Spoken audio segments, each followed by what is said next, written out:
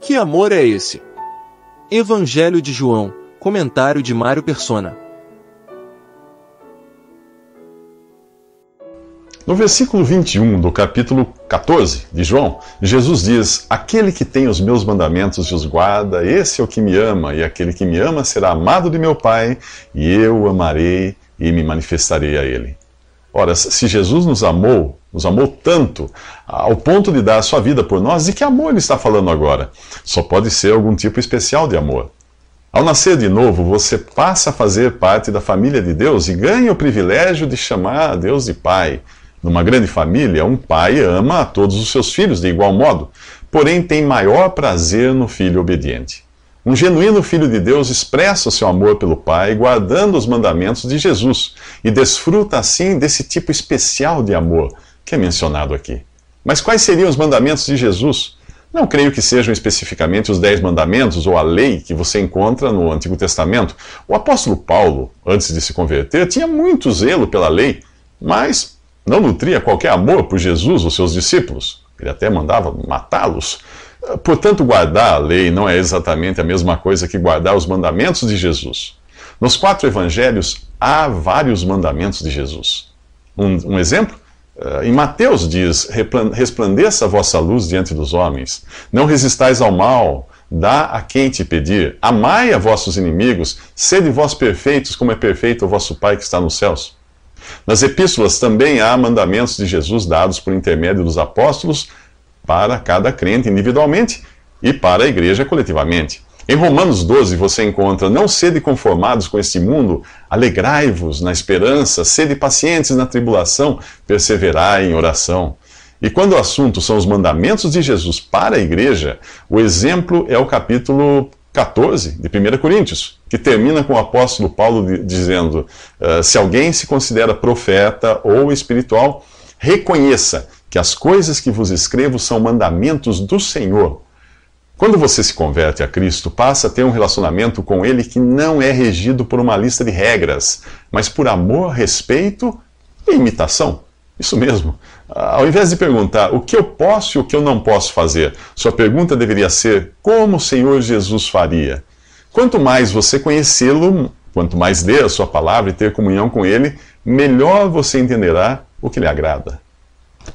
É por isso que Paulo exorta os que creem em Cristo a serem imitadores de Deus, como filhos amados, e a andar em amor como também Cristo vos amou, e se entregou a si mesmo por nós em oferta e sacrifício a Deus em aroma suave. E o apóstolo João diz em uma das suas epístolas: aquele que diz estar nele, também deve andar como ele andou. Nos próximos 3 minutos, o que acontece quando Deus vem morar em você? Um dos discípulos, Judas, não o traidor, não o que traiu Jesus, não entende como é que Jesus iria se manifestar a eles e não ao mundo. Provavelmente Judas esteja pensando na manifestação gloriosa do Messias, o Cristo, vindo para reinar. Ele não percebe que Jesus está falando de uma manifestação que não é pública, mas de intimidade para com aqueles que são seus.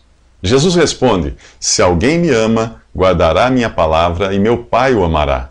Quem não me ama, não guarda as minhas palavras. Ora, a palavra que ouvistes não é minha, mas do Pai que me enviou. Simples assim. Se você duvida da palavra de Deus, você não ama Jesus. Então Jesus promete que cada discípulo seria uma habitação de Deus em espírito. E viremos para ele e faremos nele morada, é a promessa que ele dá. Por que ele fala no plural? Porque ao crer em Cristo, tanto o Pai como o Filho fazem do crente a sua morada através do Espírito Santo. O Espírito Santo vem habitar em você, mas é Deus na sua totalidade, ou toda a Trindade, que está envolvida nessa operação. Aqueles discípulos só iriam receber esse privilégio alguns dias depois, quando fosse formada a igreja, no dia de Pentecostes, e o Espírito Santo descesse sobre eles. Ele viria habitar na igreja coletivamente e em cada crente individualmente. É por isso que qualquer recém-convertido nos dias de hoje conhece melhor o Salvador do que os discípulos de Jesus conheciam quando andavam com ele aqui antes do dia de Pentecostes. No período dos evangelhos, os discípulos não tinham o Espírito Santo habitando neles. Eles eram como qualquer crente do Antigo Testamento. O Espírito de Deus estava com eles, mas não neles. Em 1 Coríntios capítulo 2, Paulo explica mais ou menos assim: qual dos homens sabe as coisas do homem, senão o espírito do homem que nele está?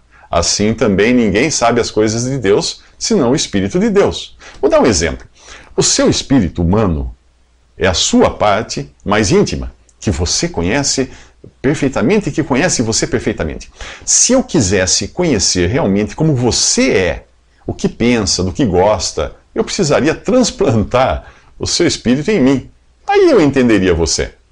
É o que Deus faz quando o Espírito dele vem habitar em você ao crer em Jesus. Você passa a entender realmente como Deus é, o que pensa, do que gosta, etc. Percebeu agora porque quando você fala do Evangelho a um incrédulo, isso soa para ele como loucura. Sem a nova vida que vem de Deus e o recebimento do Espírito Santo, é impossível alguém compreender as coisas de Deus. E Jesus continua mostrando aos apóstolos como eles seriam capazes de escrever os evangelhos tantos anos depois, ao dizer: o Espírito Santo vos fará lembrar de tudo quanto vos tenho dito. Nos próximos 3 minutos, Jesus fala de um tipo diferente de paz. Quando Jesus morreu, deixou poucas coisas materiais. O seu espólio não passava de algumas peças de roupa que acabaram sendo sorteadas entre os soldados que o crucificaram. Ele também não deixou qualquer coisa escrita de próprio punho, e tudo o que sabemos sobre ele e das coisas que falou é aquilo que os seus discípulos nos legaram. Mas antes de morrer, Jesus deixou em seu testamento algo inigualável, e é disso que fala o versículo 27 do capítulo 14 de João: deixo-vos a paz. A minha paz vos dou. De que paz ele está falando? Daquela que não temos por natureza, porque se a tivéssemos, ele não precisaria ter vindo aqui ao mundo morrer por nós. Quando está prestes a morrer, Jesus aponta para uma das consequências do seu sacrifício, a paz. O seu sacrifício seria único, e o único meio de Deus fazer as pazes com o homem. Uma pessoa que crê em Jesus, que aceita para si tudo o que o seu sacrifício significa, tem a paz com Deus, tem paz completa com Deus. Trata-se de uma paz eterna e permanente que nada ou ninguém pode tirar. Como você se sentiria se acabasse de receber a notícia de que um câncer foi curado? Ou que uma dívida impagável foi anistiada? Ou que sua pena, caso fosse um criminoso, tivesse sido anulada? Você teria paz com respeito a essas coisas, uma sensação de alívio que o levaria a suspirar, a sorrir. Você teria trocado um futuro sombrio por um futuro brilhante. Seria essa sensação de paz que invadiria o seu coração. E se Deus disser que os seus pecados estão todos perdoados, que você vai viver eternamente em um corpo imortal e incorruptível, que tem para si um lugar reservado na glória dos céus, como você se sentiria? Deixo-vos a paz, Jesus disse. A minha paz vos dou. Esse é o legado de Jesus para aqueles que creem nele. Não um alívio passageiro de um problema de saúde, financeiro ou legal, mas uma paz eterna e consolidada por Jesus, por meio de sua morte e ressurreição. Eu e você recebemos o pecado de Adão e nem sequer podemos alegar que não tínhamos nada a ver com o que aconteceu no Jardim do Éden.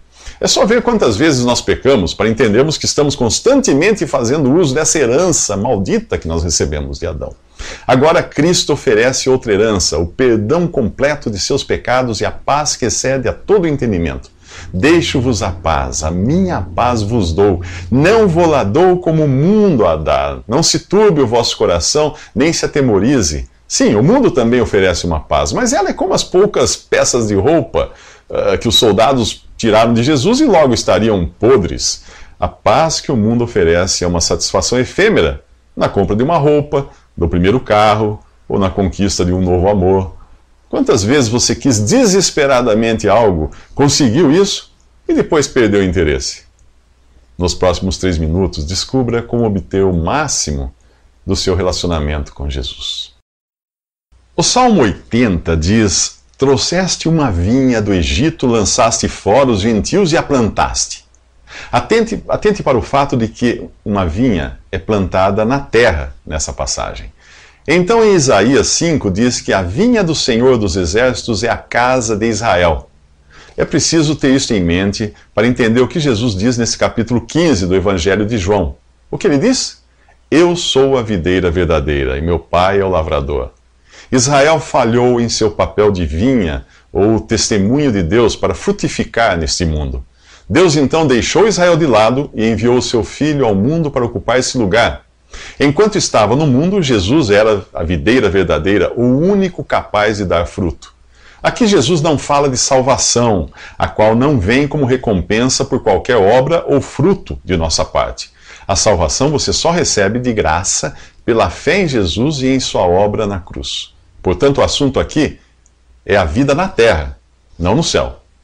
Ele fala do fruto ou resultado, que é algo que só faz sentido enquanto estamos no mundo, não na glória. Então ele segue falando: toda vara em mim que não dá fruto, o Pai a tira. Quem apenas professa estar em Cristo, mas não é verdadeiramente nascido de novo, obviamente não faz parte dessa videira. Nada mais lógico que tal vara seja excluída. Ele avisa: se alguém não estiver em mim, será lançado fora, como a vara, e secará, e os colhem e lançam no fogo e ardem. Após dizer que a vara que não dá fruto é tirada, pois Deus só quer o fruto real de uma vida nova, Jesus explica que seu Pai limpa toda aquela que dá fruto, para que dê mais fruto. Quem já viu uma videira depois de podada se surpreende de como a planta fica despojada de folhas e ramos desnecessários. Tudo o que resta é o tronco principal e alguns galhos mais robustos. Desaparecem as varas que não servem para nada e as folhas que formam a beleza exterior da planta. Se isso não for feito, não haverá fruto naquela estação. E como as varas são limpas? Jesus responde: vós já estáis limpos pela palavra que vos tenho falado. É pela leitura da palavra de Deus que o cristão é mantido limpo das contaminações, aparências e futilidades desnecessárias. Mas não basta ler a Bíblia, é preciso estar em comunhão com a videira, da qual vem a seiva, que dá vida às varas. É o que Jesus diz aqui: estai em mim e eu em vós. Como a vara de si mesma não pode dar fruto se não estiver na videira, assim também vós, se não estiverdes em mim. Eu sou a videira, vós as varas. Quem está em mim e eu nele, esse dá muito fruto, porque sem mim nada podeis fazer. E já que estamos falando de fruto, que tal irmos até a carta de Paulo aos Gálatas para ver um pouco mais sobre o assunto? Nos próximos 3 minutos.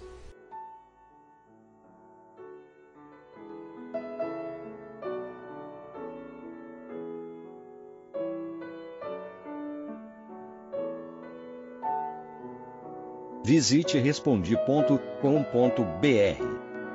Visite também 3minutos.net.